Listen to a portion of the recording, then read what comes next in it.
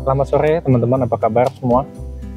Jadi akhirnya bisa tempat kayak begini juga ya. Sumpah kalau misalnya di ruangan terus kan capek.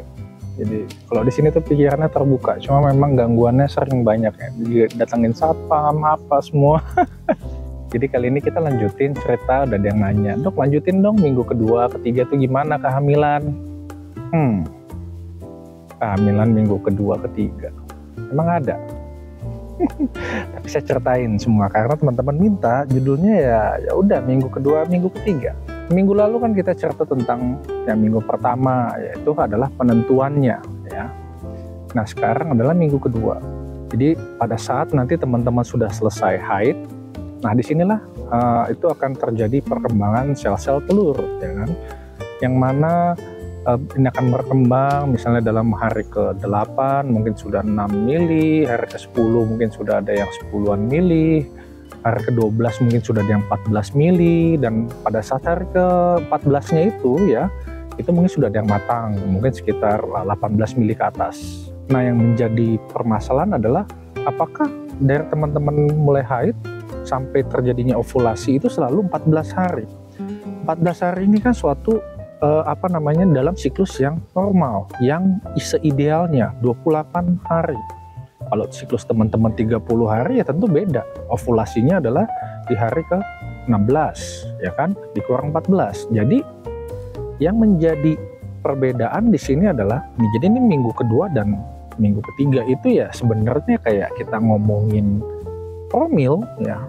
Ya karena yang dilihat ini adalah sel-sel telurnya, dan pada saat kita mau pembuahan tuh bagaimana begitu. Siklus kalau misalnya teman-teman siklusnya 28 hari sama yang siklusnya 35 hari itu selalu ada perbedaan. Perbedaannya adalah minggu keduanya ini panjang pendeknya beda-beda. Ya minggu pertama dan kedua ini maksudnya panjang pendeknya itu beda-beda. Yang kalau normal ya cuma 14 hari. Tapi kalau misalnya siklus teman-teman memanjang menjadi 35 hari, nah inilah yang memanjang juga menjadi 19 hari. Ya kan, kalau 35 hari per 21 hari per 14. Jadi ini yang memanjang nih teman-teman. Nah kalau misalnya haid sudah selesai begitu ya, biasanya itu kan yang dilihat itu adalah berapa banyak sel telur yang awal-awalnya itu teman-teman dilihat. Hal ini tuh sangat penting jumlahnya ya, dalam arti kata jumlahnya. Kenapa? Untuk menentukan suatu teman-teman itu sebenarnya bagus atau enggak sel telurnya dengan yang kita sebut menghitung folikel antral. Jadi hal inilah yang kita pakai kalau misalnya teman-teman misalnya sudah umur 40 nih mau hamil. Jadi sel telur yang awal-awal ini ada berapa nih? Kita hitung nih. Begitu. Ada jumlahnya. Ya, di bawah 10 itu nggak begitu bagus. Kalau misalnya teman-teman masih muda, ini pasti bagus-bagus, sekitar 20, 14, pokoknya banyak lah, kanan kiri itu semua kelihatan. Semacam itu. Jadi kalau misalnya muda-muda, ya biasanya ini nggak terlalu berpengaruh. Tetapi tetap kita harus lihat perkembangannya. Karena seperti saya bilang tadi, jumlahnya ini bagus, tetapi tidak menjamin apakah setiap sel telur itu akan berkembang menjadi bagus. Perkembangan ini yang berbeda. Makanya yang seperti saya bilang tadi itu harus dilihat nanti apakah nanti pada saat hari ke-8, 10, 12 adakah yang membesar atau enggak. Begitu. Banyak di sini teman-teman itu karena haidnya misalnya contohnya PCOS, dipancinglah haidnya ya kan. Nah pada saat dipancing dikasihlah obat untuk penyubur telur supaya nanti bagus telurnya dan berkembang ya kan.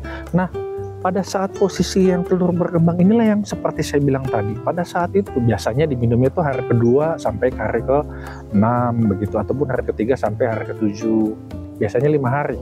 Kalau memang ada gagal, bulan depan akan ditambahkan lagi dosisnya begitu. Jadi kalau misalnya dosis yang sekarang ini gagal ada yang berkembang seperti yang saya bilang tadi, misalnya ukurannya begitu kan ya, itu teman-teman jangan langsung putus asa. Kenapa? Karena memang ya kasihlah waktu untuk siklus yang selanjutnya lagi ditambahkan lagi obatnya, siklusnya selanjutnya lagi tambahkan begitu. Ya terlepas di sini kalau memang telurnya mau bagus ya mau hamil itu sperma juga kan mesti bagus ya. Jadi kalau ini hanya berlaku untuk teman-teman yang dalam waktu setahun lah belum punya anak. Tapi kalau sudah lebih ya memang rasanya teman-teman juga harus ngecek itu yang namanya sperma dan juga saluran tuba macam itu. Apalagi kalau misalnya teman-teman dulu pernah ada infeksi radang panggul ataupun apa endometriosis atau apa, itu rasanya harus dicek juga. Nah, lalu ada yang bertanya, ini cukup bagus, yaitu Dok, kalau misalnya telur saya dimatangkan, sekarang dimatangkan, kan yang matang bisa banyak.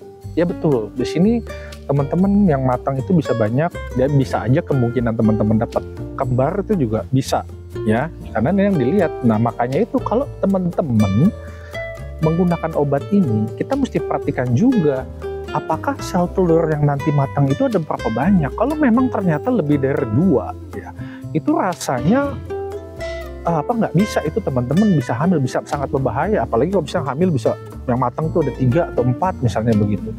Ya 3 lah misalnya, ya jangankan 3, kalau misalnya 2 aja itu prematurnya bisa cepat gitu kan ya, bisa kemungkinan prematurnya mudah, apalagi 3 atau 4. Rahim kan ukurannya segitu-segitu aja. Makanya inilah yang menjadi pertimbangan kalau teman-teman jangan sekali-sekali membeli obat yang sudah dikasih dokter sebelumnya. Jadi pada saat teman-teman mau senggama pun atau gimana, itu mesti dilihat telurnya itu matang berapa. Boleh nggak, aman nggak nih kita hamil. Kalau cuma 1 silakan lanjut. Biasanya begitu.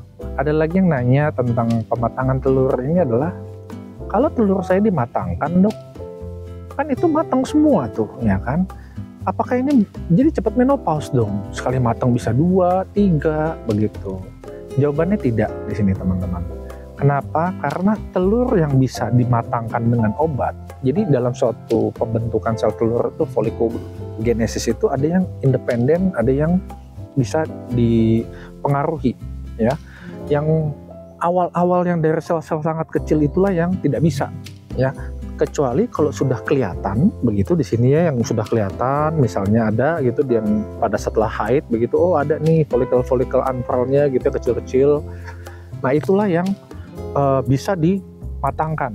Yang sebelum-sebelumnya tidak, karena memang belum ada reseptornya juga untuk dikasih kayak begitu ya. Jadi hanya untuk yang sudah kelihatan aja. Jadi jawabannya, apakah saya akan cepat menopause kalau misalnya saya dikasih pematang telur? Kan banyak yang matang Dok telurnya, cepat menopause dong gue. Memang logikanya betul, tetapi yang dimatangkan itu hanya sudah kelihatan, yang sudah jadi setengah lah begitu, yang masih jadi bahan belum, yang udah kayak donat yang udah tinggal masuk panggangan itu boleh, tapi yang masih jadi terigu belum, begitu logikanya, gampang ya. Ya karena memang hari ke-14 itu suatu hal untuk ovulasi dan bisa terjadi pembuahan, ya kan.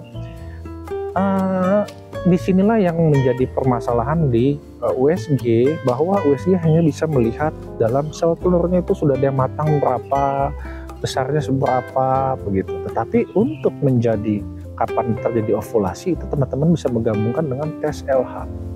Ini tes yang sangat penting, karena dengan adanya tes ini positif dalam waktu 24 jam ke depan, ini teman-teman bisa terjadi ovulasi, lalu kalau senggama kemungkinan hamil jauh lebih besar, ya. Nah inilah yang terjadi mungkin di sekitaran minggu kedua dan ya ketiga lah ya, karena kan haid itu ovulasi bisa mundur-mundur begitu ya kan. Tapi ya saya anggap minggu kedua dulu deh ya. Nah, saya harap di sini semoga teman-teman bisa jelas. Yang mau cepat hamil ya kita kayak ngomongin promil ya. Jadi ya semoga teman-teman bisa hamil hanya dengan logika yang semacam ini ya. Akhir kata saya Dr. Revanda, saya mengucapkan terima kasih. Every new day a new chance for success. The sooner the better.